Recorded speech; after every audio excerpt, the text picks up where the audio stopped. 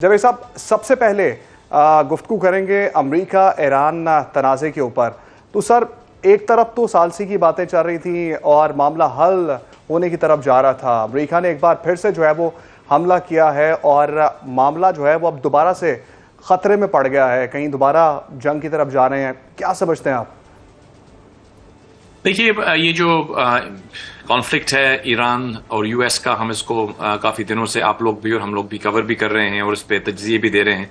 असल में ये एक सिंपल जंग तो है नहीं जो दो ममालिक के दरमियान हो। बहुत सारे यहाँ पे पेचीदा मसाइल हैं। हम जानते हैं कि यहाँ पे ईरान और अमेरिका के साथ साथ इसराइल भी एक फैक्टर है। उसके अलावा जो ईरान ने जब ईरान पे हमला किया गया तो उसके बाद ईरान ने जब रिटेलिएट किया पहली दफ़ा तो उसने खलीजी ममालिक को टारगेट कर दिया। खलीजी ममालिक भी एक फैक्टर हैं।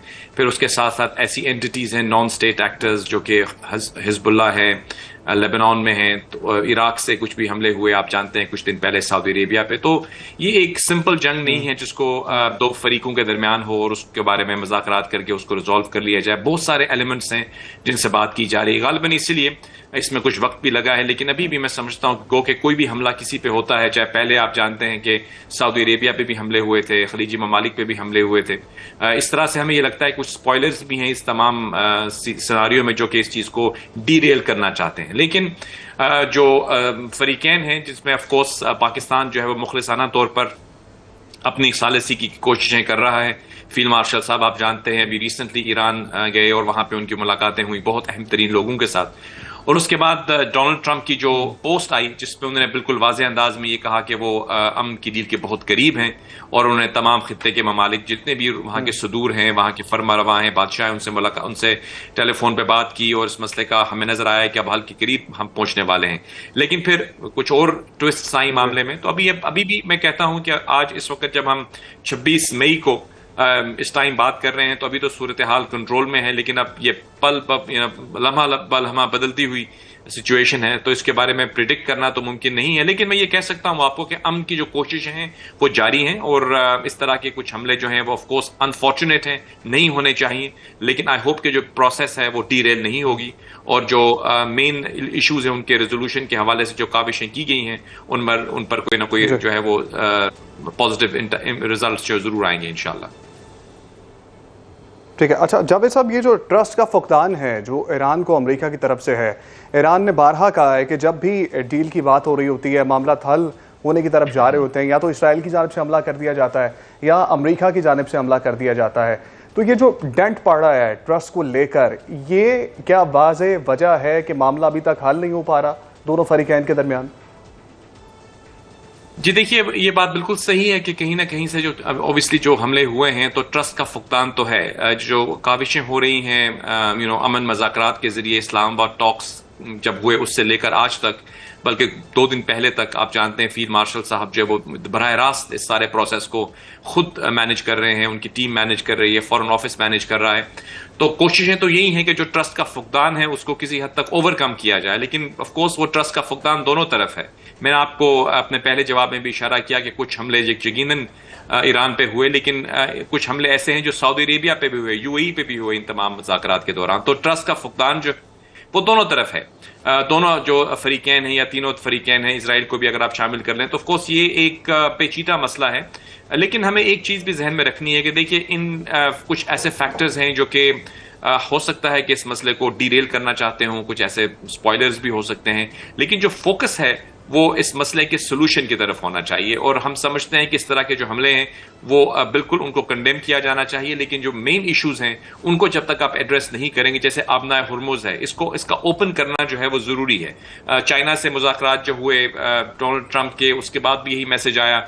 इवन हमारे प्राइम मिनिस्टर भी जो कि जब चाइना गए तो चाइना का भी मौक़िफ़ बिल्कुल क्लियर है कि ये जो आबना हुर्मुज है इसको ओपन होना है।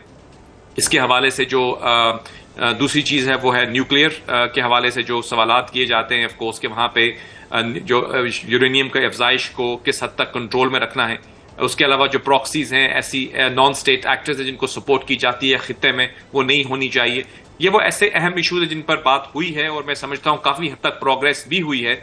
और अभी हमने जो लास्ट हमारी इन हमलों से पहले जो बात थी वो यही थी कि तमाम मामला ऑलमोस्ट सेट हो चुके हैं। आबना हुर्मुज खुलेगी और आबना हुर्मुज खुलने के बाद 30 दिन का या 60 दिन का एक गैप होगा जिसमें बाकी तमाम मामलात को भी तय कर लिया जाएगा। तो हम अभी तक, मैं समझता हूं, हमें फोकस अपना उससे नहीं हटाना चाहिए, लेकिन ऑफ कोर्स ये भी एक हकीकत है कि जो ट्रस्ट का फुकदान है उसके हवाले से जो कोशिशें हैं वो जारी रहेंगी। जो इस किस्म के हमले हैं उनको कंडेम किया जाना चाहिए, क्योंकि उसकी वजह से जो है प्रोसेस डीरेल होने का खतरा रहता है।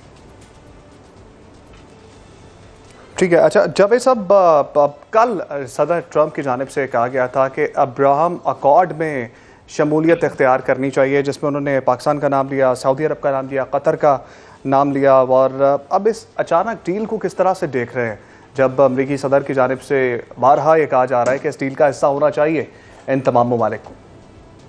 जी, ये बिल्कुल वही बात है जो मैं पहले कह रहा था आपसे कि यहाँ पे बहुत सारे फैक्टर्स हैं। ऑफ कोर्स जब हम बात करते हैं खित्ते में अमन की, देर पा अमन की, तो कुछ कंसर्न्स ऐसी हैं जो ईरान को हैं, कुछ कंसर्न्स ऐसी हैं जो खलीजी ममालिक को हैं, कुछ कंसर्न्स ऐसी हैं जो किसी हद तक इजराइल को भी हैं। आप जानते हैं कि अब्राहम अकॉर्ड जो है उससे पहले यहाँ पे एक ओस्लो अकॉर्ड भी हुआ था 90s में।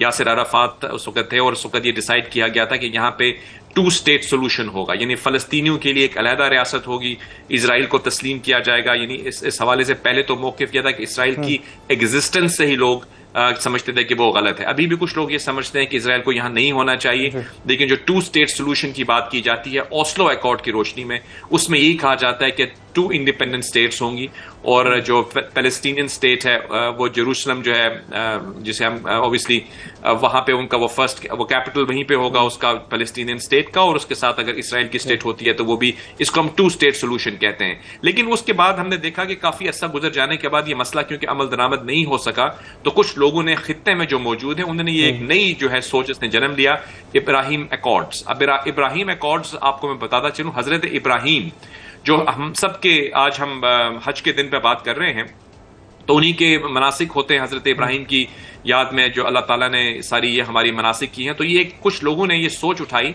कि जो एक ऐसे नबी हैं जो तीनों मज़ाहिब के फॉलो करने वाले हैं, यानी हजरत इब्राहिम के फॉलो करने वाले मुसलमान भी हैं, यहूदी भी हैं और क्रिश्चियंस भी हैं। तो ये तीनों ने एक तरह से हजरत इब्राहिम को एक कॉमन फैक्टर समझकर उन्होंने ये समझा कि हम ऐसे करते हैं कि हम ऐसा कुछ हल इसका निकालने की कोशिश करते हैं कि ताकि ये मसला अमन की तरफ जा सके। ऑफ कोर्स इसमें तहफ़्फ़ुज़ात भी हैं, बहुत से लोग इससे एग्री नहीं करते, लेकिन मैं आपको एक कॉन्सेप्ट बता रहा हूं कि कॉन्सेप्ट यही था कि इस खित्ते में अमन कायम किया जाए। उसका तरीका मुख्तलिफ हो सकता है। एक तरीका ओस्लो अकॉर्ड में लिखा था, एक तरीका जो है वो इब्राहिम अकॉर्ड में लिखा है। इसके ऊपर आप मनफी तासुर भी दे सकते हैं, मुस्बत तासुर भी दे सकते हैं। ये अगर आप इस पर बात करना चाहेंगे तो हमें इस पर बड़ी तफसील में बात करनी पड़ेगी। मुझे नहीं पता आपके पास कितना वक्त इस वक्त है, वरना ये इब्राहिम अकॉर्ड का जो सब्जेक्ट है ये काफी इसके ऊपर काफी तफसील से बात की जाए, वरना इस पर जस्टिस नहीं हो सकता। जी अच्छा, जब ये सब यहाँ पर एक और चीज़ हम ऐड करते चलें, अगर कि जिस तरह से सदर ट्रंप कहते हैं कि इसराइल जो है वो मेरी बात सुनेगा, नेतन्याहू मेरी बात सुनेगा, मैं जो कहूँगा वो ही करेगा। आपके ख्याल में आगे आने वाले दिनों में जब सीज़ फायर हो जाता है, जंग बंद हो जाती है, तो क्या वाक़तन जो है वो